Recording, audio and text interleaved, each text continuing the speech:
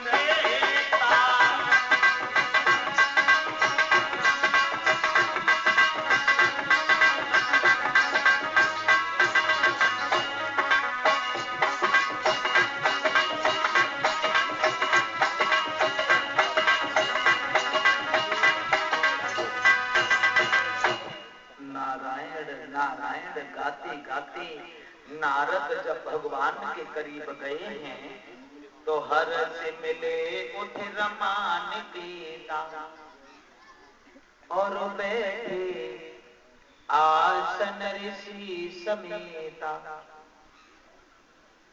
भगवान नारायण ने जिस समय नारद को देखा तो हर से मिले उठे रमान के तार। आओ नारद आओ, आप तो बहुत खुश दिखाई दे रहे हो। नारद बोले खुशी की बात है, सब खुश है, कोई छोटी बात है। महाराज नारायण तुम्हारी ऐसी कृपा रही, कामदेव ने एड़ी से चोटी तक की ताकत लगाई लेकिन मेरा कुछ नहीं कर पाया। बच्चा बच्चा मेरा आदर कर रहा है, सम्मान कर रहा है, घर घर में मेरी जय जयकार हो रही है। कहां शंकर जी ने मना किया था लेकिन नारद को घमंड से ध्यान नहीं रहा। यानी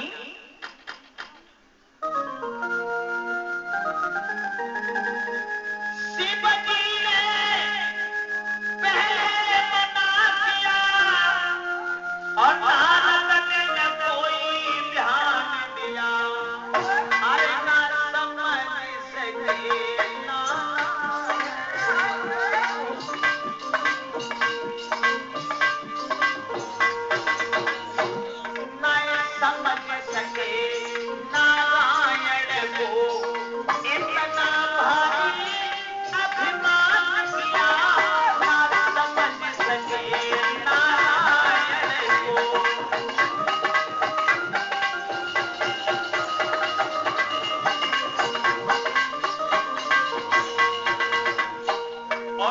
महाराज सम्मान से बोलना आप भी सीखो।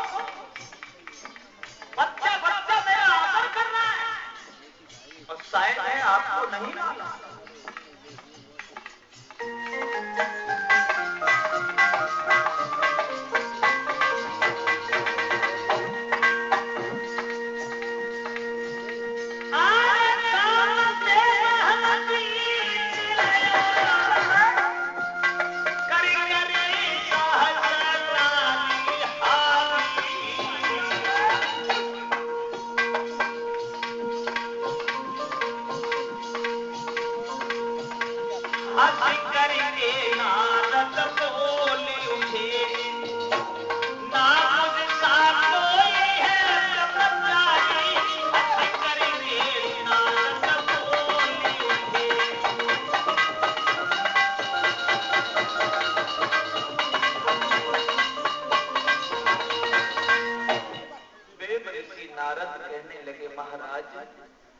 मेरे समान दुनिया में कोई ब्रह्मचारी नहीं है।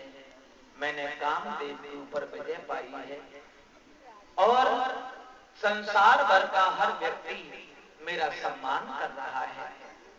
आप भी सम्मान से बोलना सीखो। तो नारद के सुने बचन को फिर रही गए भोए चढ़ाए। इसका मतलब है कि नारद को अपने ऊपर घमंड हो गया। भगवान ने नारद जैसी ही बात कही और जवाब दिया, सुनो नारद, बहुत अच्छा किया तुमने, बहुत अच्छा किया जो कामदेव के ऊपर तुमने विजय पाई। और कामदेव तुम्हारा कर क्या सकता है? तुम कोई छोटे साधु हो। नारद बोले, देखो तुम समझ गए, हम कोई छोटे साधु, बच्चा बच्चा जानता है। उठे और चले गए। लेकिन भगवान के दिमाग में बात गूंज गई है दोस्तों कि हम देवऋषि नारद के घमंड को दूर कैसे करें। तो नारद के घमंड को दूर करने के लिए भगवान ने एक माया का जाल रचा, एक बहुत सुंदर नगर बसाया। पूरा भय शील निधि राजा। उस नगर के राजा हुए जिनका नाम पड़ा शील निधि। और विश्व मोहनी तासु कुमारी। शील निधि के घर में एक लड़की का जन्म हुआ जिसका नाम पड़ा विश्व मोहनी। नारद के अभिमान को दूर करने के लिए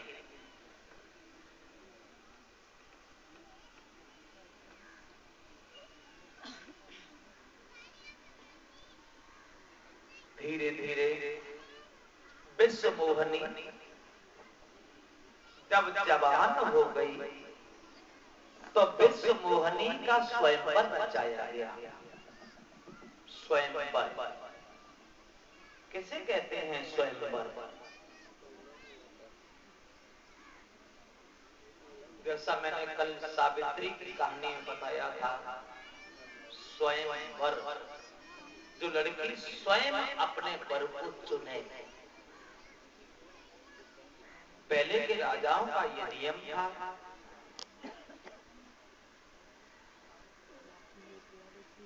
इधर उधर से राजकुमारों को बुला लेते थे और लड़की को दिखाते थे। लड़की को जो लड़का पसंद आया उसी के गर्दन में जयमाला डाल दी, उसी से शादी कर दी गई, बस हो गया स्वयंवर। तो स्वयंवर होने से 2 दिन पहले देवऋषि नारद पहुंच गए। देवऋषि नारद के आने से शील निधि ने उनका बड़ा सम्मान किया और जवाब दिया, महाराज बड़ी शुभ घड़ी पे आप आए हैं। आप हमारी बेटी की दिल दशा बताए।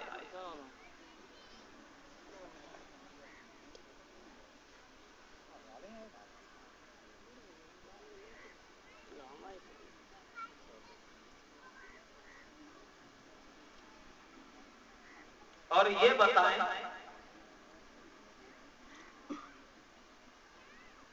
कि हमारी बेटी आगे चलकर दुख उठाएगी कि सुख उठाएगी, इसकी भविष्य की बातें हमें बताएं। देव ऋषि नारद कहने लगे, बुलाओ अपनी बच्ची को, कहां है तुम्हारी बेटी? और जैसे ही विश्व मोहनी को बुलाया, लेकिन ऐसी थी भगवान की माया, जैसे ही उस लड़की को देखा तो नारद लड़की के सौंदर्य को निहार कर समझ गए कि इस लड़की की शादी जिस किसी से होगी वो अमर हो जाएगा और उसे दुनिया भर का कोई इंसान कभी हरा नहीं पाएगा। नारद सोचने लगे, नहीं, अब मैं साधु बन के नहीं जिएंगे, हम तो शादी करेंगे और शादी करेंगे तो इसी लड़की से करेंगे, और इस लड़की से शादी नहीं हुई तो हम इसके बिना नहीं जिएंगे, क्योंकि हम बाल ब्रह्मचारी हैं। अब भविष्य की बातें कौन बताए? नारद उठे ना,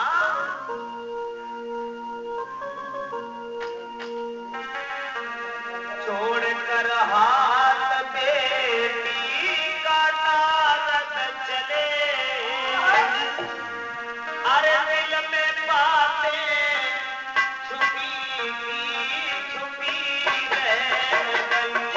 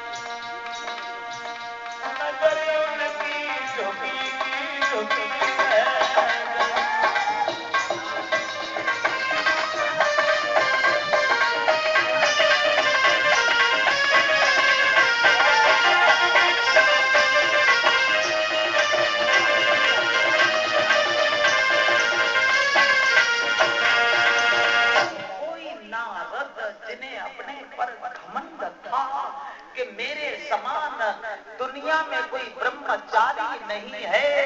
वो नारद उस लड़की को देख करके पागल हो गए और सोचने लगे कि नहीं, अब मैं साधु बन के नहीं जिएंगे, हम तो शादी करेंगे, कृष्णों की जिंदगी गुजारेंगे, सुंदर सा भवन बनवाएंगे, उसमें रहेंगे। लेकिन मैं इतना सुंदर नहीं हूं जो विश्व मोहिनी हमें देख करके जयमाला डाल दे, और इतना समय नहीं है जो मैं तपस्या करके सुंदर बनने का वरदान मांग ले। स्वयंवर के केवल 2 दिन हैं, क्या करें क्या करें नारद। हर दिन में परे चैन रात को नींद न आती है।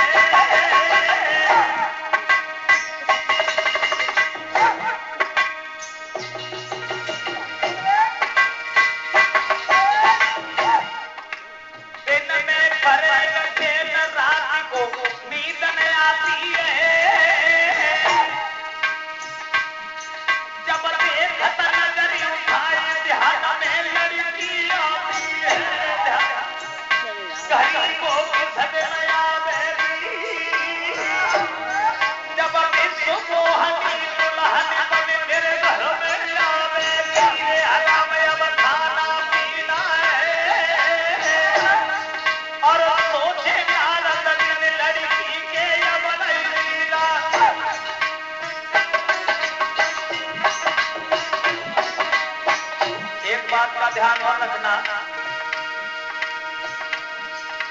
ब्रह्मचारी और अपने अभिमान हुआ, लिया काम देव को मिले ना मुझसा कोई इंसान हुआ।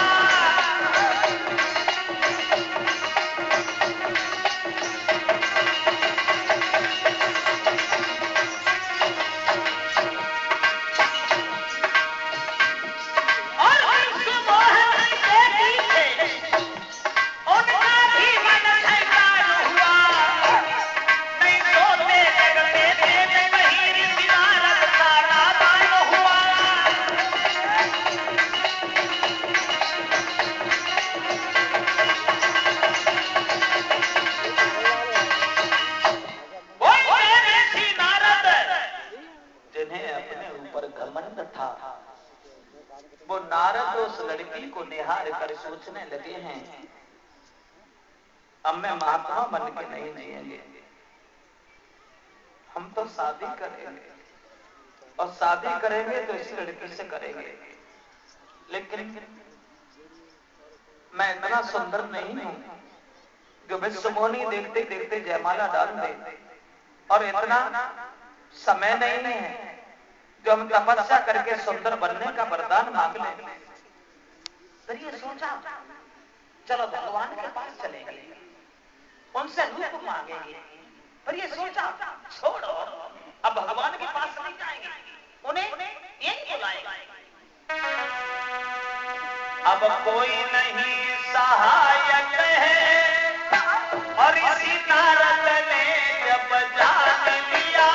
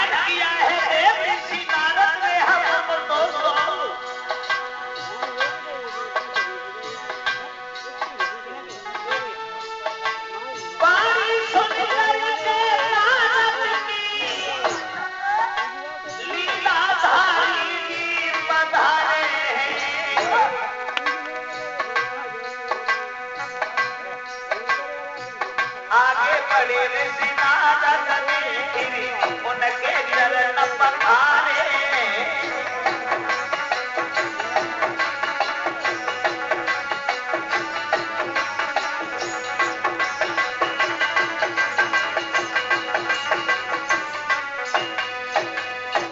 भगवान नारायण का ध्यान किया।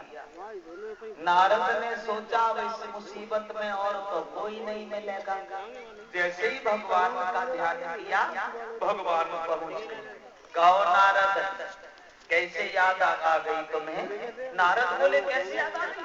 महाराज हम तो सुबह शाम चलते फिरते उठते सोते जागते हम तो आपका ही भजन करते हैं।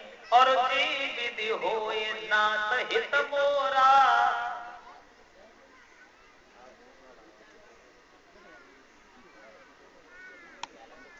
आज एक ऐसा काम करो, एक ऐसा काम करो जो काम मेरे हित में हो। बोले हम तो वही करेंगे जो तुम्हारे हित में होगा।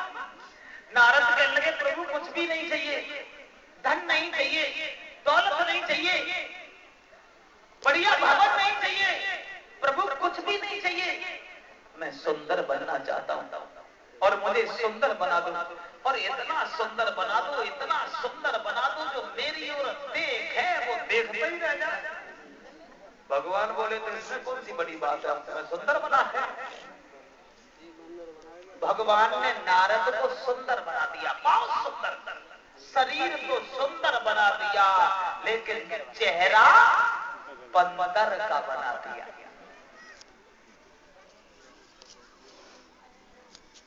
अब नारद शरीर देख देख के चेहरा तो दिखाई नहीं दे रहा, शरीर देख देख के बड़े खुश हो गए, शादी तो होगी। अब तो जैसे वो लड़की देखेगी भागेगी, लोग पकड़ेंगे फिर भी नहीं मानेंगे, भाग करके मेरे गर्दन में जयमाला डाल देगी, सब तरसते रह जाएंगे और नारद शादी करके सीधे निकल आए। तो मन में भारी मगन भये और इसी नारद बेरी बढ़े अगारी और मेरे ऊपर दया करी और दीन दयाल दीन नहीं सकाए। अब मेरी सूरत पे मोहित हुई और वो तेरी गले जयमाला डाली और देख के लोग तारीफ करें ऋषि नारद की अति सुंदर नारी। रूप के घमंड में नारद चल देते हैं और पहुंच गए वहां जाने निज आसन बैठे राजा। नारद भी बैठे थे स्वयंवर में जाकर। अब रूप के घमंड में कहीं उछलते हैं, कहीं बैठ जाते हैं, कहीं खड़े हो जाते हैं। लोग देखें, हमें देखें, हम कितने सुंदर हैं। शंकर जी के दो गण ब्राह्मण बनकर घूम रहे थे वहां, एक दूसरे से बातें करने लगे। भैया आज नारद बड़े सुंदर लग रहे हैं। अब नारद को और घमंड, खड़े हो गए, फिर बैठ गए, शादी तो हो। जैसे लड़की जयमाला लेके निकली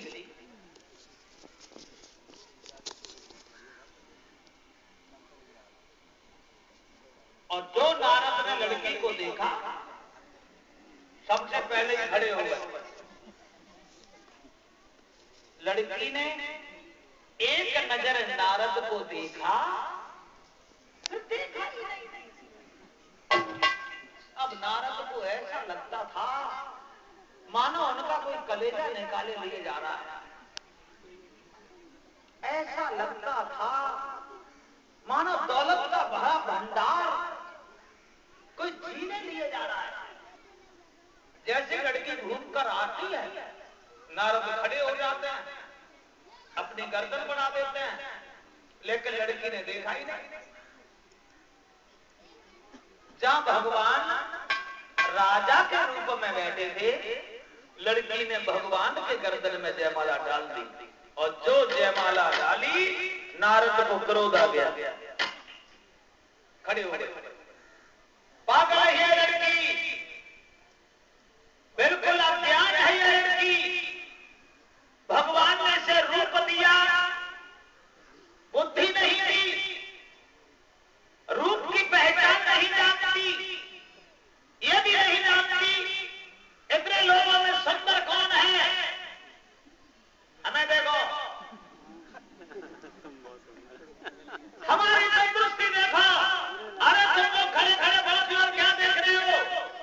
इस लड़की से कहो जयमाला हमारे लाए, शादी हम करेंगे।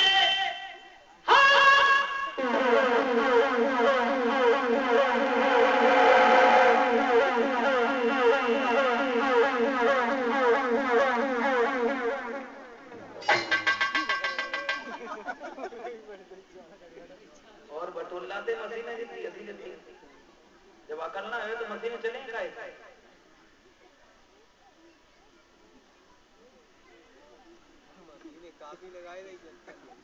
तब हरे को न बोले मुस्कियाई, और निज मुख मुकट बिलो कहू जाई। शंकर जी के दोनों गढ़ कहने लगे हैं भोले बाबा के, नारद तुम बहुत सुंदर हो, लेकिन तुमने अपना रूप देखा है, तुमने अपना चेहरा देखा है। तो ठहरे हुए पानी में झांक करके नारद ने देखा, बंदर जैसा चेहरा निहार करके नारद को क्रोध आ गया, और दोनों गणों को श्राप दे दिया, मूर्खो, बहुत देर से देख करके हंस रहे हो, हमारी मजाक कर रहे हो, पहले से तुमने नहीं बताया, मैं तुम्हें श्राप देता हूं, तुम राक्षस बनोगे।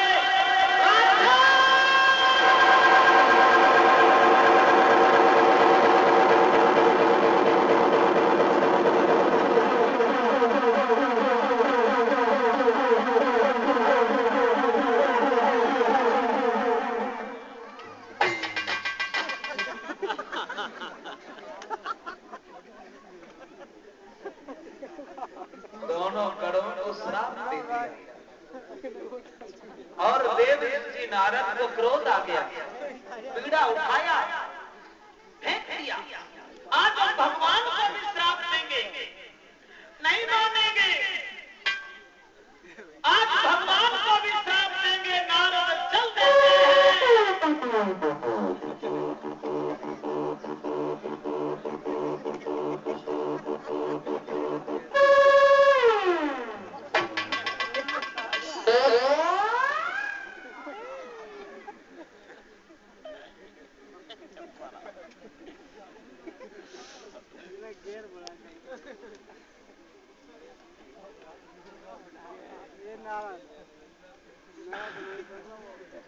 सब सिद्धि हमारी कर्म में लिखे थे।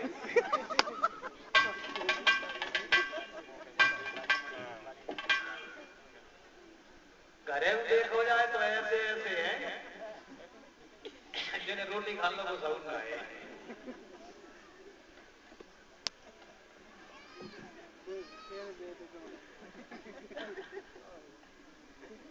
खैर कोई बात नहीं, आओ कथा में। देव ऋषि नारद जो थे वो भगवान को श्राप देने के लिए आगे बढ़ गए। उधर से भगवान नारायण लक्ष्मी और विश्व मोहनी को लेके आ रहे थे। नारद को क्रोध आ गया। भगवान ने पूछा, कहो नारद कहां जा रहे हो? नारद को बहुत ज्यादा क्रोध आ गया। कहीं जा रहा हूं, तुम्हारे पास जा रहा था मैं। क्यों? क्योंकि तुम कपटी हो, बहुत बड़ी कपटी हो। जिंदगी में एक बार शादी करने का विचार बना, वो शादी तुमने नहीं होने दी, तुमने अकेले तुमने। तुम्हारी बातें तो हम जानते हैं। देवता और राक्षसों में युद्ध हुआ, अकेले तुमने कराया।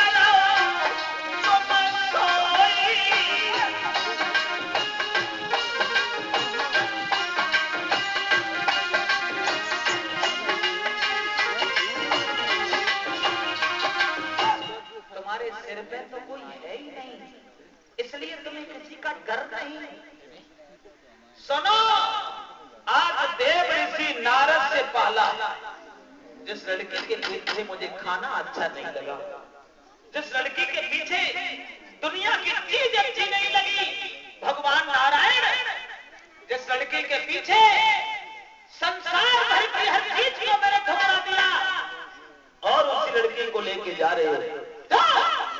एक दिन वो होगा, इसी लड़की के पीछे तुम दर बदर ठोकरें खाओगे, भूतल पर तुम्हें भटकना पड़ेगा।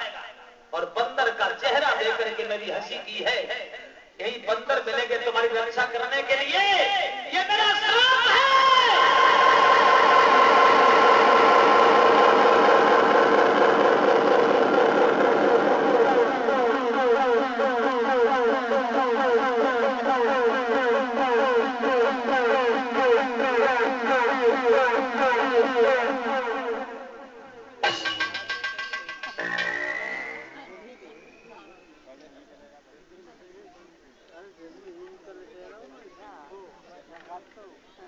भगवान नारायण को देव ऋषि नारद ने जब श्राप दे दिया और उसके बाद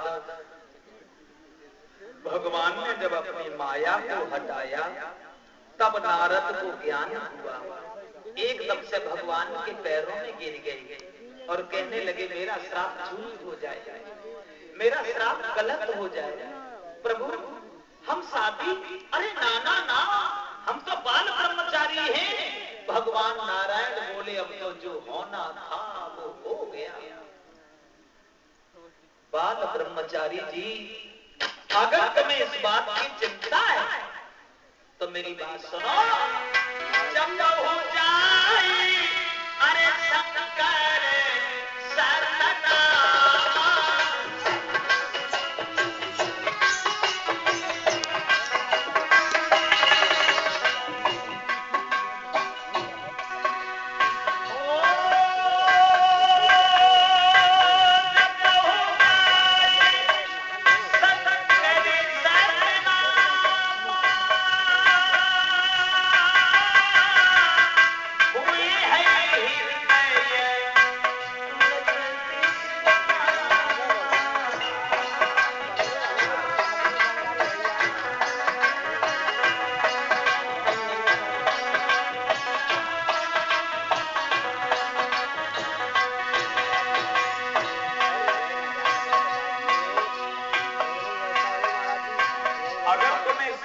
चिंता है तो तुम शंकर जी का भजन करो, क्योंकि शंकर जी के भक्त हमें बहुत प्यारे हैं। तो तुलसीदास जी कहते हैं नारद ने भगवान को श्राप दिया, इसलिए भगवान श्री राम का अवतार हुआ। तुलसीदास जी कहते हैं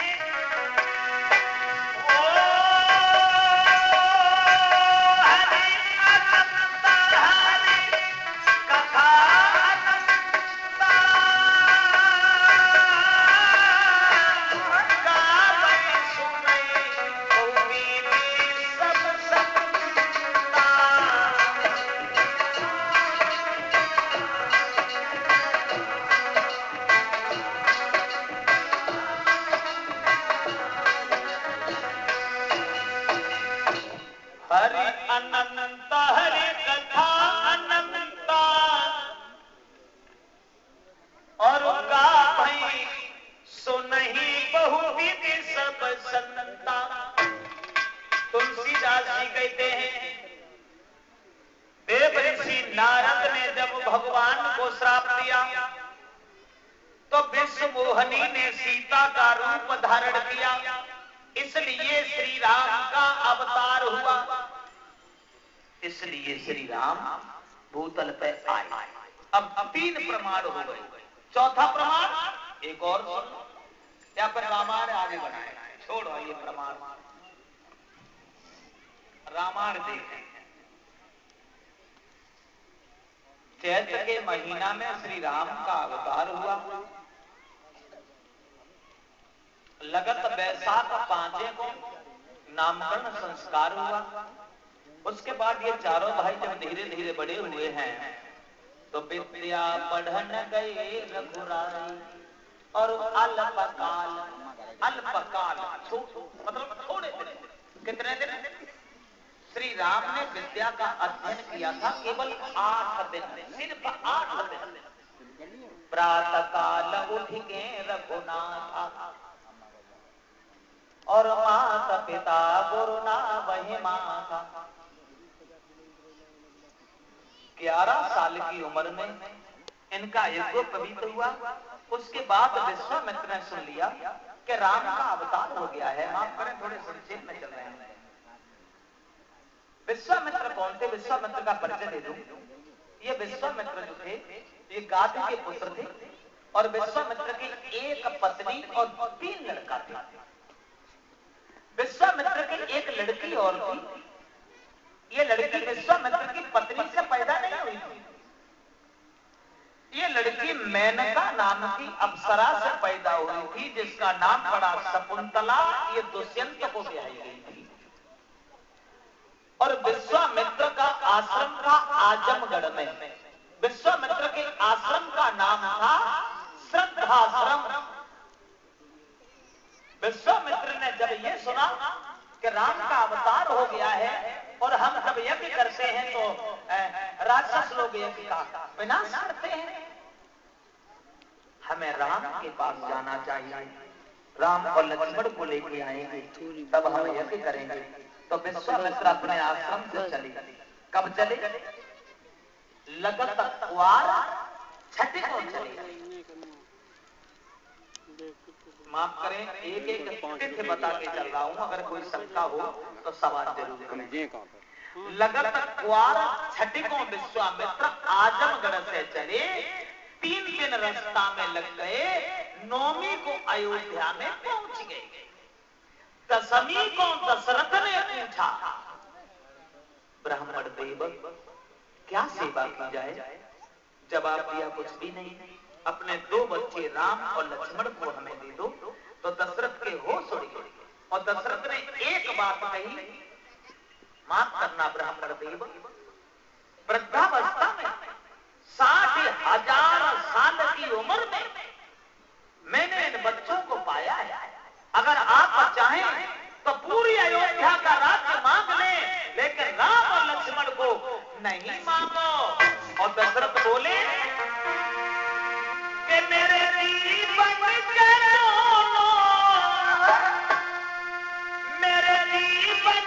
दोनों अरे सहारे न मानो, अब मांग लो,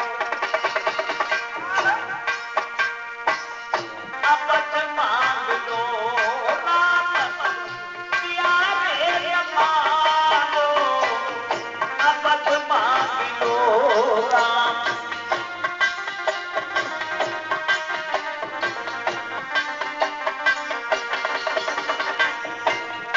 दशरथ विश्वामित्र से बोले,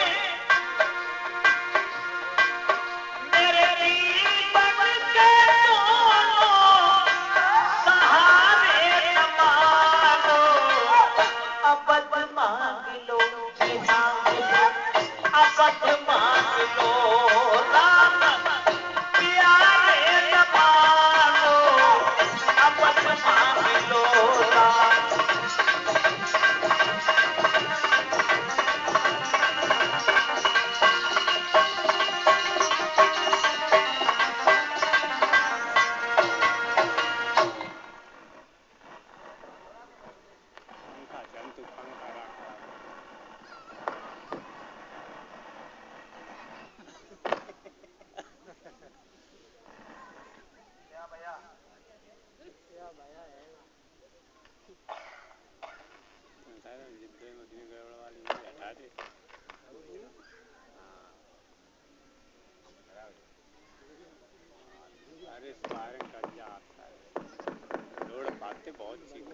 अगर आप चाहें तो पूरी अयोध्या का राज्य मांग लें, लेकिन श्री राम और लक्ष्मण को नहीं मांगो। तो विश्वामित्र ने दशरथ से एक बात कही और ये कहा कि सुनो अपद नरेश, तुम मोह जाल में फंस गए। शायद है आपको नहीं मालूम है, जिन्हें तुम लड़का समझ रहे हो वो लड़का नहीं है, अवतारी है।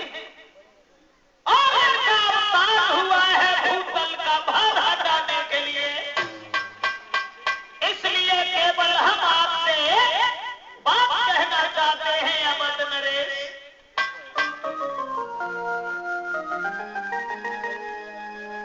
मेरा इतना कहना मानो, अरे श्री राम लखन को जाने दो, अरे नटवर को नाटक रचने दो,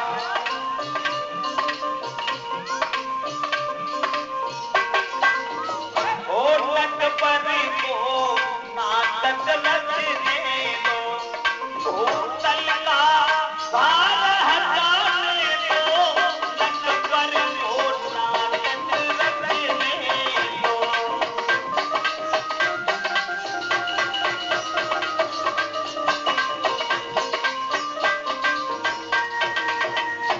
मेरी बात केवल इतनी है अवध नरेश कि राम और लक्ष्मण को जाने दीजिए।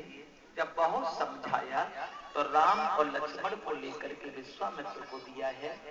और अयोध्या से देखिए, नौमी को क्वार के महीना में कृष्ण पक्ष नौमी को दशरथ के यहाँ पहुंचे थे विश्वामित्र। दशमी और एकादशी 2 दिन रुके और द्वादशी को चल दिए। अयोध्या से 6 कोस दूर सरयू के किनारे इन्होंने रात गुजारी। उसके बाद जब आगे बढ़े हैं जंगल में, तो राम ने क्या देखा? एक बहुत लंबी चौड़ी स्त्री, पहाड़ जैसी, पर्वत के आकार की। राम ने पूछा, गुरुदेव ये क्या है? विश्वामित्र बोले, सुनो राम। कौशिक ने कही श्री राम सुनो, ये राक्षसी तालिका आई गई है।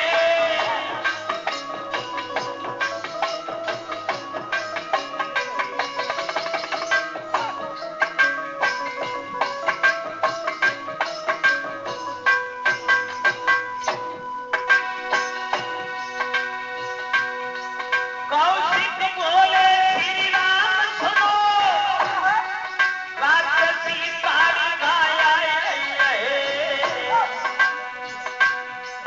जिसके कारण मुनि वृत्तों की विधि मतलब जाने जा रही है।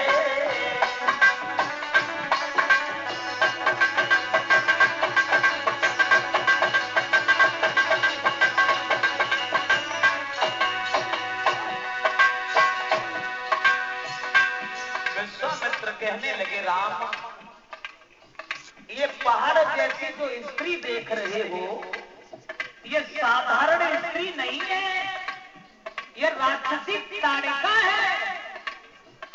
देखो वो बढ़ती चली आ रही है। राम तुम एक काम करो,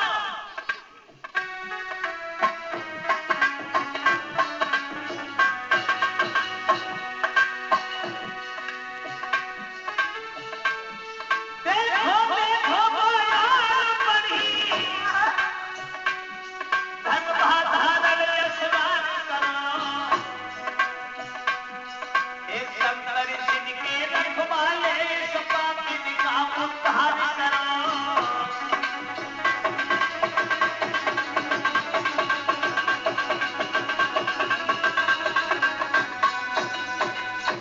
विश्वामित्र बोले हैं, राम ये ताड़िका नाम की राक्षसी है, जिसके कारण संत महात्मा बड़े हैरान होकर जी रहे हैं। तुम इसका वध करो। राम कहने लगे, गुरुदेव माफ कीजिए, ताड़िका राक्षसी है लेकिन अबला है, और अबला के ऊपर वार करना ये बहादुरों का कर्तव्य नहीं है। हम ताड़िका का वध नहीं कर पाएंगे। तो विश्वामित्र ने एक बात और कही, सुनो राम, अबला कहते हो ना जिसे, शायद है तुम्हें नहीं मालूम है कि अबला सबला हो जाती है जब तिरिया चरित दिखाती है। पल में ही सम्मान करे, पल में अपमान कराती है। नारी में रूप अनेक भरे, एक रंगी नाय बहुरंगी है। ढके तो सब बुरे माँ को, ढकले नंगी की नंगी है। इसका पद कीजिए। तो विश्वामित्र के बार बार कहने पर श्री राम ने एक ही बाण में उस ताड़िका का वध किया। जो पहाड़ जैसी स्त्री जब जमीन पे आके गिरी है तो कई वृक्ष टूट गए। उसके बाद ये पहुंचे हैं आजमगढ़ में विश्वामित्र के आश्रम, और वहां कुआर के महीना की अमावस के दिन संत महात्मा एकत्रित हो गए और यज्ञ हुआ। जब यज्ञ हुआ दोनों भाई धनुष बाण लेके खड़े हो गए। इधर तो यज्ञ और उधर युद्ध, यानी अरे स्वाहा स्वाहा की धुन सुन के सबई राक्षस परे तुराई।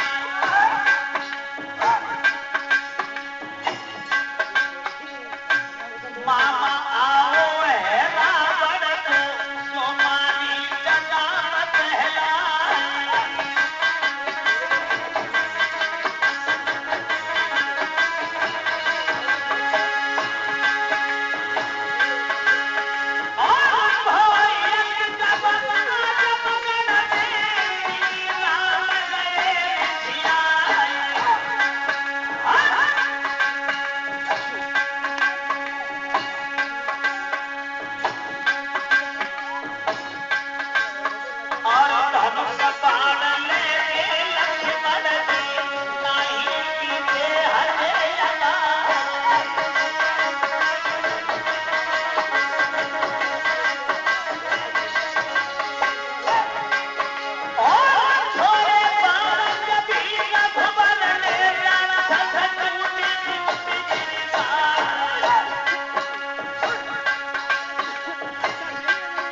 रामायण में तो ये लिखा है,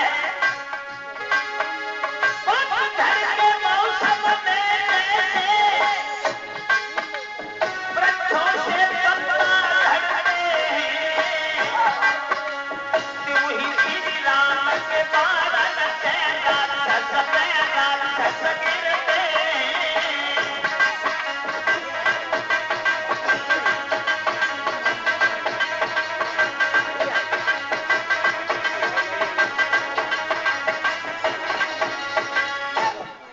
घमासान युद्ध हुआ। जैसे पतझड़ के मौसम में वृक्षों से पत्ते टूट टूट के जमीन पे गिरते हैं, और उसी तरह से राक्षस पे राक्षस जमीन पे गिरते हैं। रावण के मामा मारीच ने देखा ये बालक बहुत बलवान है, अब यहां से भाग जाना ही अच्छे है। मारीच आकाश उड़ गया। राम ने सोचा इस मारीच को मार देना उचित नहीं है। एक ऐसा बाण छोड़ा जो मारीच को विश्वामित्र के यज्ञ से 100 योजन का मतलब होता है 400 कोस दूर फेंक दिया।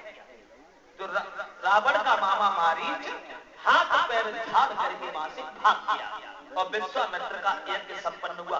कितने दिन यज्ञ हुआ विश्वामित्र का? 6 दिन, केवल 6 दिन। अब विश्वामित्र के आश्रम पे दोनों भाई रहने लगे। अब इधर की कहानी को बंद करके उधर की कहानी शुरू कर रहा हूं। इधर तो विश्वामित्र के आश्रम पर राम और लक्ष्मण रहते हैं, और उधर मिथिलापुर में जनकपुर में जनक पाट महिषी जग जानी, अरे सिया मातक में जाई बखानी। माफ करें, आज कथा बंद नहीं करेंगे। अब पूछो क्यों? जिनने कथा बनवाई है करहल वालों ने, उन्होंने ये कहा कि आप 5 बजे का टाइम नहीं रखें, 4 बजे का रखें, क्योंकि काम का टाइम चल रहा है। तो मैंने यहाँ पहले ही दिन ये कहा था, हमने 4 बजे का टाइम रखो, क्योंकि इधर शाम को भी खेती का काम, मैं भी एक किसान के घर में पैदा हुआ हूँ, मैं जानता हूँ सुबह भी काम हो जाए और शाम को भी खेती का काम हो जाए।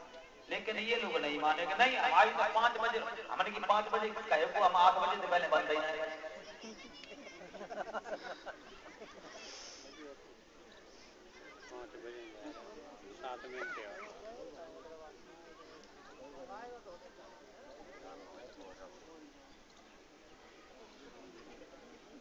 तो हम रामायण में आगे देखेंगे। बच जान दो 5 जैसे मतलब ना जिनने बनवाई पर को कोई महत्व ही ना है, जो हमने कहीं कहा हुआ तो कोई महत्व ना है कि हमारी 5 बजे लो है तो हमारी 5 लो है, हम 8 बजे से पहले बंद ही नहीं। 8 बजे तो बोलो करो, क्योंकि तुम आई रहो तो हम आई रहे, हम कोई अंगी धो रहा हूं। अब चमार भी अच्छी बात है, बैठे रहो, सुनते सुनाते रहेंगे आप सुनते। 10 बजे तो बहुत दूर है, सवेरे में 10 बजे को बनाया रोटी खवाई दी कोई काम है। मगा की मिली मगा की जनक पाट महिषी जग जानी और सिया मात किन जाई बखानी। देखिए इस चौपाई में एक बहुत बड़ी शंका है। जनक पाट यानी जनक की पटरानी, महिषी महिषी महिषी कहते हैं भैंस को। अच्छा महाराज जी, हाँ बड़े ध्यान से सुनना, रामायण में ये लिखा है कि जनक की पटरानी सुनैना जो थी वो भैंस। अब कैसे भैंस थी देख ले, क्या बताएंगे आप? उस समय तो बहुत बोल रहे थे, अब नहीं बोल रहे हो। हाँ, दूध देती हाँ तो फिर कम बोला करो, बैठ जाओ बैठ जाओ, हम इसीलिए खंड खंड करके बता रहे हैं। हाँ बिल्कुल बात है,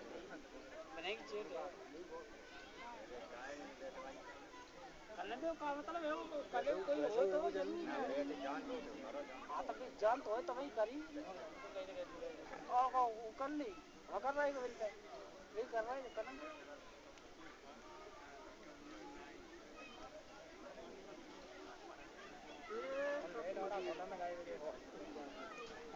ये बहुत लंबे विद्वान गए थोड़ा ना सही है। एक आध जने कोई बोले वाले होने चाहिए का मतलब कंपटीशन में काम अच्छो हाँ तो करने में जरूरी है का चाचा एक आध जने कोई